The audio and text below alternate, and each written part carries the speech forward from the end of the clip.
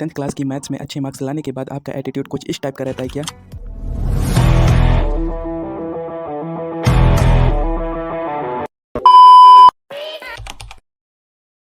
But class 11th की math देखने के बाद क्या आपका वही एटीट्यूड ऐसे चेंज हो जाता है क्या?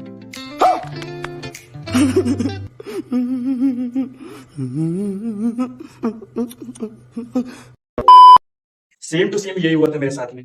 क्लास 10th में मैथ मेरा फेवरेट सब्जेक्ट बन चुका था। बोर्ड में 90 प्लस लाया। कॉन्फिडेंस एकदम पीक पे था कि अब 11th क्लास में जाऊंगा और मैथ के सब्जेक्ट में भौकाल मचाऊंगा।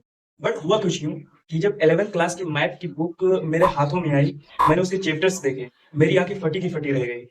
यार ये क्या हो गया? एकदम से वक्त बदल गए, जज्बात बदल गए, हालात बदल गए। क्लास 10th में मैंने जो पढ़ा था कुछ भी 11th क्लास की मैथ में नहीं था। आखिर ये कौन सी मैथ आ गई? कुछ तो शेम होना चाहिए था यार।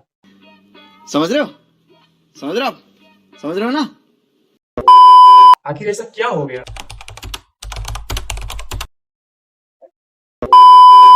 जी हाँ दोस्तों, इसीलिए ये वीडियो मैं आपके लिए बना रहा हूँ ताकि मैं आपको इस सिचुएशन से बचा सकूँ कि 11th की मैथ इतनी डिफिकल्ट है, कैसे इससे डील करना है, इसके कॉन्सेप्ट को कैसे समझना है और क्या क्या चीजें ध्यान में रखनी है। So let's start without any.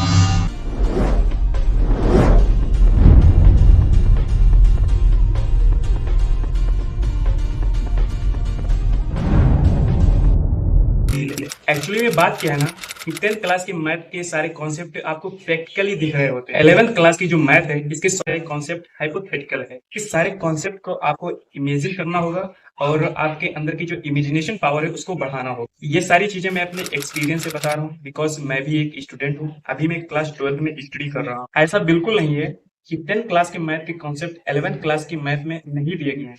वो कॉन्सेप्ट तो हैं बट उनका कोई डायरेक्ट लिंक नहीं है, वो इनडायरेक्टली दिए गए हैं। जैसे क्वेश्चन तो 11th क्लास का होगा बट उसको सॉल्व करते करते कहीं पर 10th का कॉन्सेप्ट यूज हो जाएगा बट डायरेक्टली 10th का कॉन्सेप्ट यूज नहीं होगा। जैसा कि आप जानते होंगे कि 10th क्लास की मैथ और 11th क्लास की मैथ में दो chapters statics and probability same मिले बट 11th क्लास में इसको करने का तरीका 10th क्लास की मैथ से बिल्कुल ही अलग है।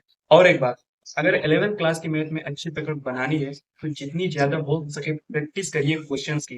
बिकॉज वो कहते हैं ना, करत करत अभ्यास से जड़मत की होत सुजान, रसरी आवत जात से ऊपर परत। अगर आपको कुछ भी नहीं आता तब भी आप प्रैक्टिस के दम पर आप अपनी मंजिल तक पहुंच सकते हैं। प्रैक्टिस का एक फायदा और है कि अगर आप एग्जाम में बैठे हैं तो 90% क्वेश्चन आपका अप्रोच से सॉल्व होना चाहिए। ये क्वेश्चन का अप्रोच है, इसको ऐसे सॉल्व करना है। बाकी बचे क्वेश्चंस को थिंकिंग प्रोसेस से सॉल्व करने का ट्राई करें। उम्मीद है ये वीडियो आपके लिए हेल्पफुल रही होगी। Thank you so much.